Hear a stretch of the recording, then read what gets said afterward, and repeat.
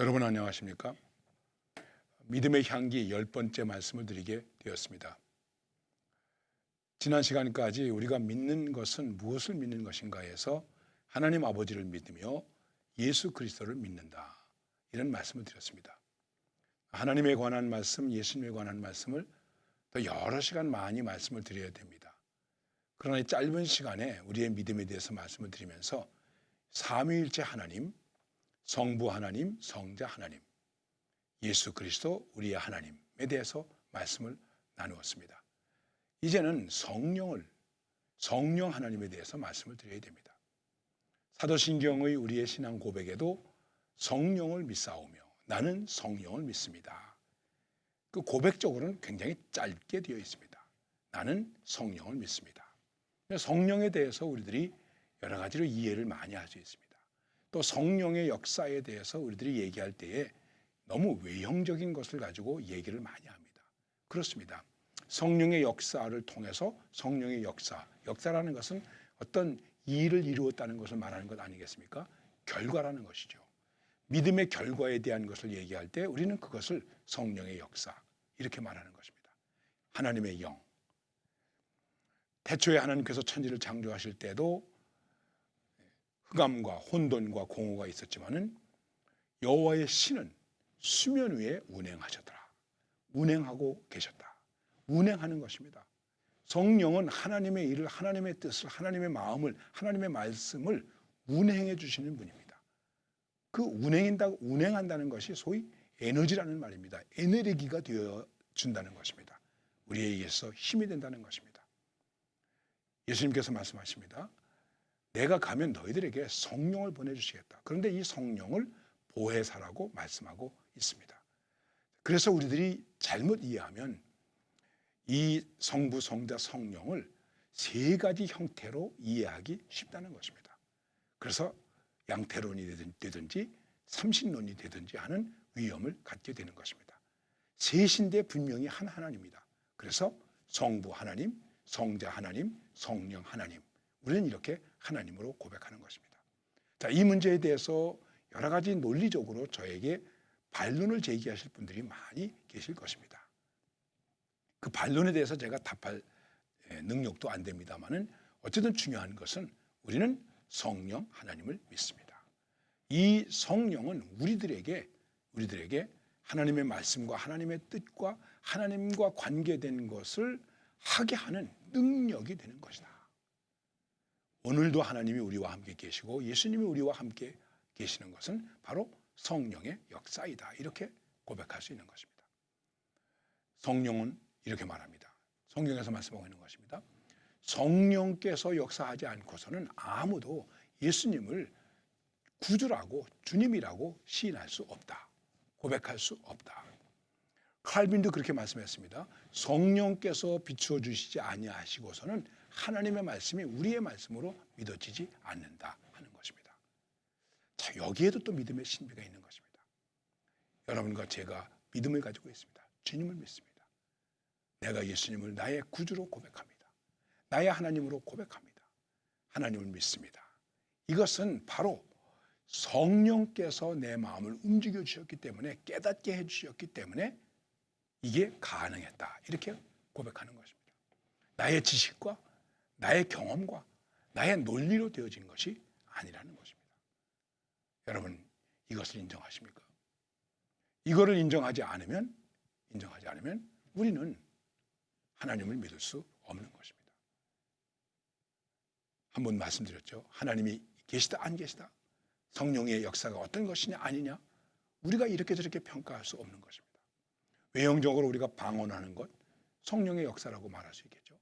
병을 고치는 것, 성령의 역사라고 말할 수 있죠. 성령의 역사입니다.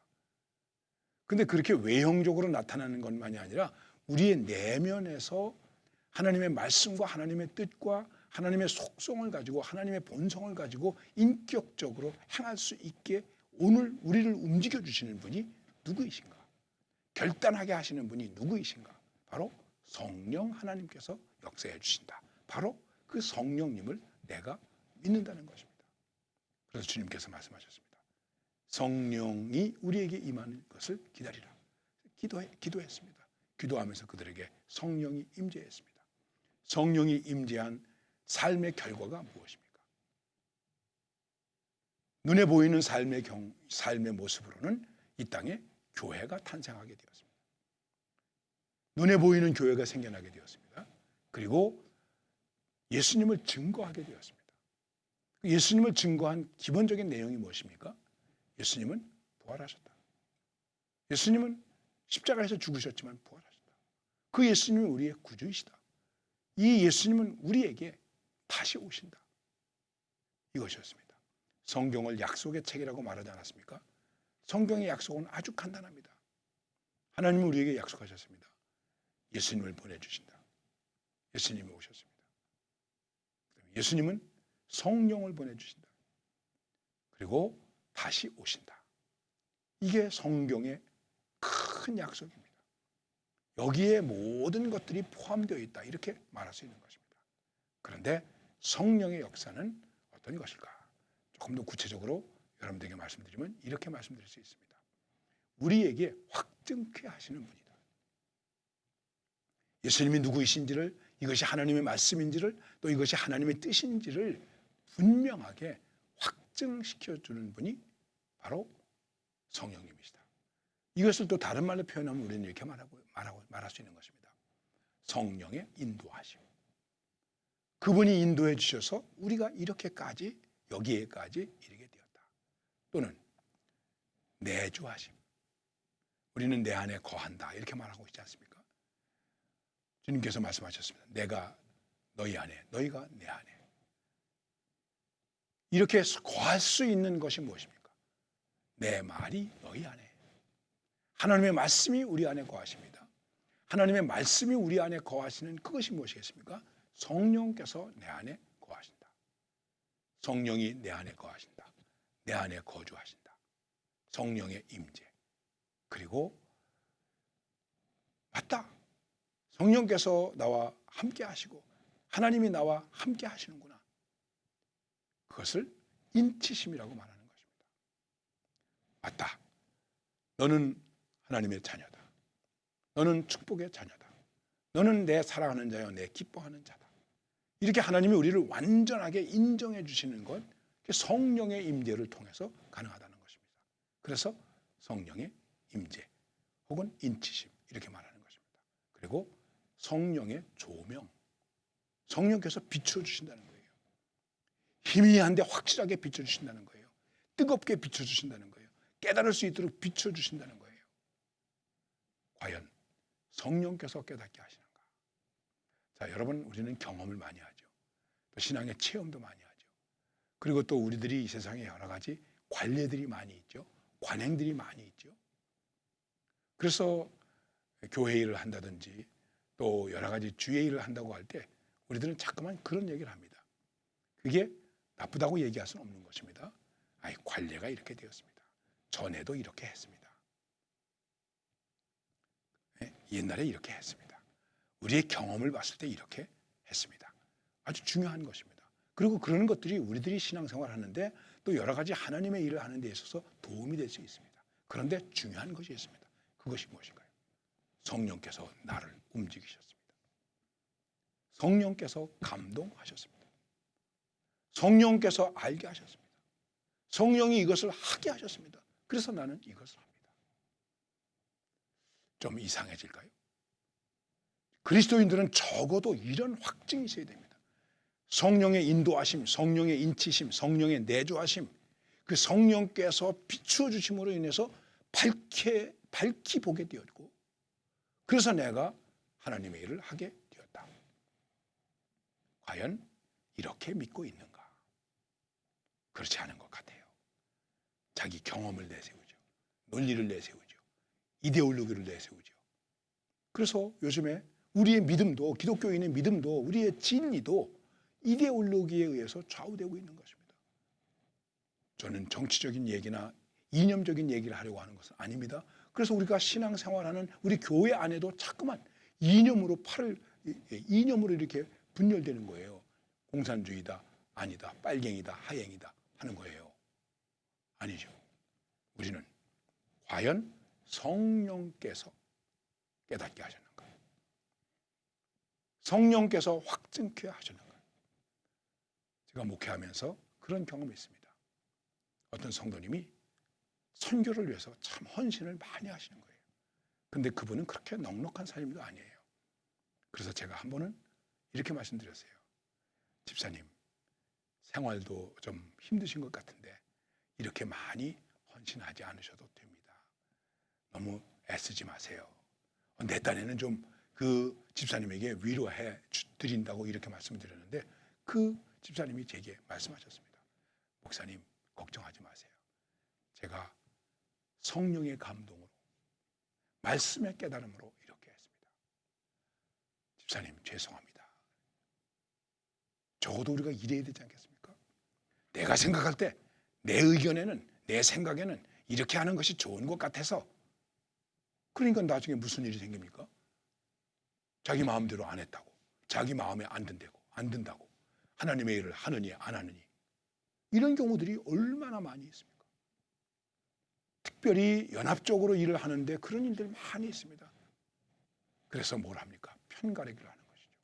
내 편이냐 내 편이냐. 정말 우리는 깊이 생각해야 됩니다. 이것은 성령께서 깨닫게 하신 것이다. 성령이 싸우라고 합니까? 성령이 분열하라고 합니까? 성령이 어떤 문제에 있어서 불의하라고 합니까? 그런 적 없습니다.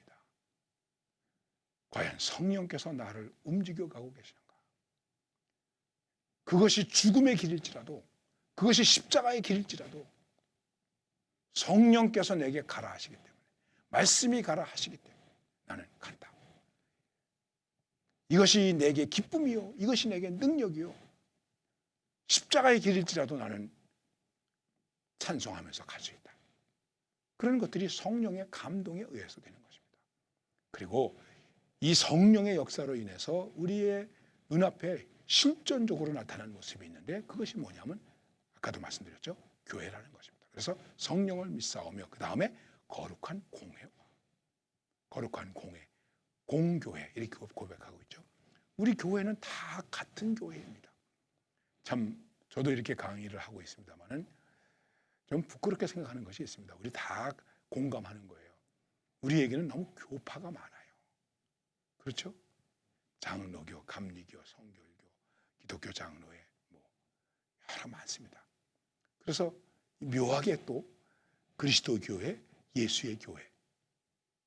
그래서 어떤 선교사가 그렇게 얘기했대요. 한국 교회는 이상합니다.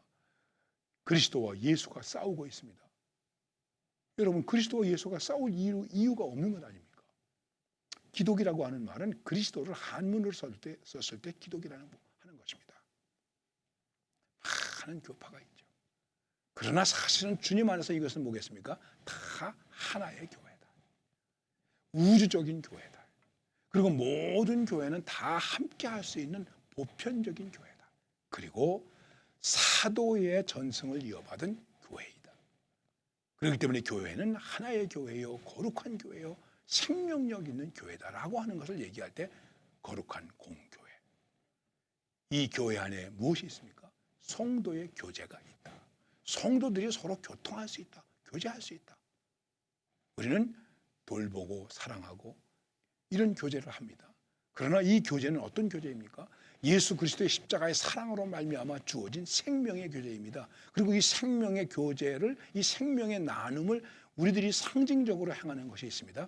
그것을 우리가 성찬식이라고 말하는 것입니다. 예수님의 생명을 나누는 것입니다. 이것은 나의 몸이고 이것은 나의 피다. 이것을 나누며 행할 때마다 나를 기념해라, 기억해라. 바로 거룩한 공교회의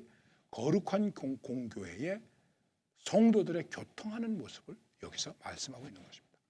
그리고 이 속에서 어떤 역사를 일으키는가 하는 것인데, 그것은 죄를 용서받는 것, 죄를 사함받는 것입니다.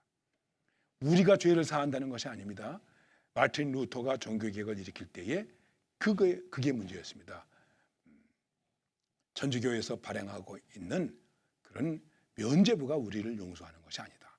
또 이 말을 오해는 하지 마십시오만은 사실입니다. 신부가 죄를 사해 주는 것이 아니다. 사제 앞에 나가서 내가 용서받을 수 있는 게 아니다. 이게 마틴 루터의 주장이고 성경의 말씀이고 이게 우리 개혁의 핵심입니다. 그렇습니다. 그런데 이 역할을 할 수 있는 곳이 어디인가? 교회라는 것이죠. 이 세상에서 죄를 용서해 주겠다고 하는 곳이 어디가 있습니까? 우리는 교회 안에서 예수님을 통해서 죄의 용서함을 받습니다. 이것이 성령의 역사로 인해서 이어지는 우리 교회의 실존적인 모습이다. 이렇게 말할 수 있는 것입니다. 오늘은 여기까지 말씀을 드리겠습니다. 감사합니다.